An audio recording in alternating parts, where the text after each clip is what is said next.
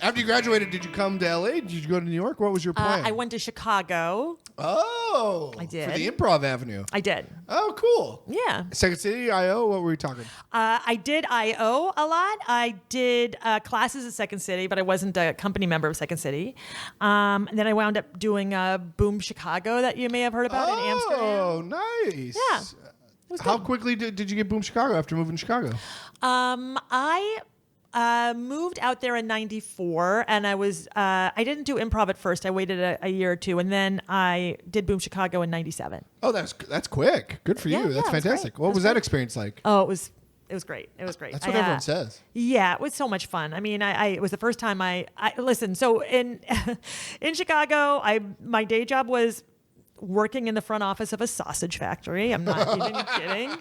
Hillshire Farms? Or it was called Kruger Sausage. Oh, Kruger. No, you know Isn't it Kroger? No, it's a different, this is KREU I don't know if I know or UEGER. I should know them. I don't know if they're around anymore. They might not be. But I mean, there were sausage packing going down on the first floor, and I was on the second floor. Did you take the elevator up, though?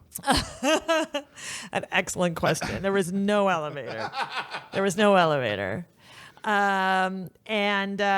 working this shitty job, and then you get offered Boom Chicago, and it's like I made a living out there. That's awesome. I mean, I made a living writing and performing comedy. It was unbelievable. Had you traveled outside the country to that point? I had. That's yeah. nice. What was it like living in Amsterdam? Because those shows you become rock stars, is my understanding. People recognize you on the street. There's it was fun. thousands of people at these shows? At the time, it was hundreds. Yeah, Okay. yeah. I don't know what it is now. But yeah, no, there was this woman named B, a British woman who was living in Amsterdam, and she really, she was quite a bit older than me, and she became like a fan and would take me into shops and tell the owners that they needed to sort of give me wardrobe and like that I was a star. She was a really interesting character. Like she was just sort of very blousy and would sort of go in and try to get, leopard print coats for me and stuff. That's hilarious. Yeah. I went to Amsterdam for the first time last year or whatever, 2017 maybe. Did you ever go to Moiters, that restaurant? I don't remember with the pictures of mothers on the wall. I think it's just down the block from Boom Chicago. Right. It was the best food I've ever had. It was insane. Oh, and it was just a meat and starch. And we were like, this can't be that good. But it was insane. What I really remember food-wise are the pancakes, the pannenkoekje. Yes. Oh, yeah. They're the big ones. All kinds of pancakes, savory pancakes, just pancakes for dinner. Yeah. And then hagelslag. God bless you. Thank you. Hagelslag being like chocolate sprinkles. It means hailstorm. But for breakfast, you would have like a piece of white toast with butter and then chocolate sprinkles on it. That sounds amazing. Yeah. Was anyone we would know in your class at Boom Chicago? Yeah. My roommate was Seth Meyers. Oh, I never heard of him. Anyone else? Pete Gross, an amazing actor and writer.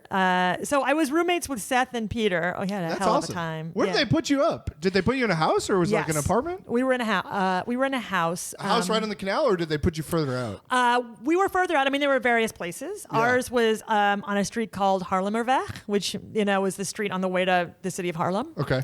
And we would bike to work. Oh, geez, that's sketchy. Those bikes seem sketchy.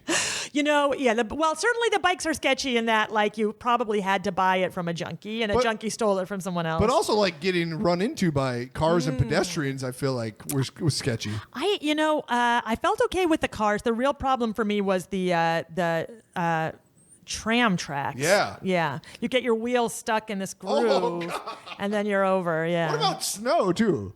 You know what? I was not there in the deep winter, but I also don't think there's a lot of snow there. I think. Really? Yeah. I don't think so. I think it's kind of more like Oregon. Well, does Oregon have a lot of snow? I don't know. I think it's an area where it's kind of maybe San Francisco-y more. Yeah. Coming from Minnesota, the University of Minnesota, where everybody bikes on campus, and me just getting mad joy in the winter when you'd see somebody biking and their wheels would start to shake, and you're like, oh, they're going down, and then they like pull it together and make it, and you're like, damn it.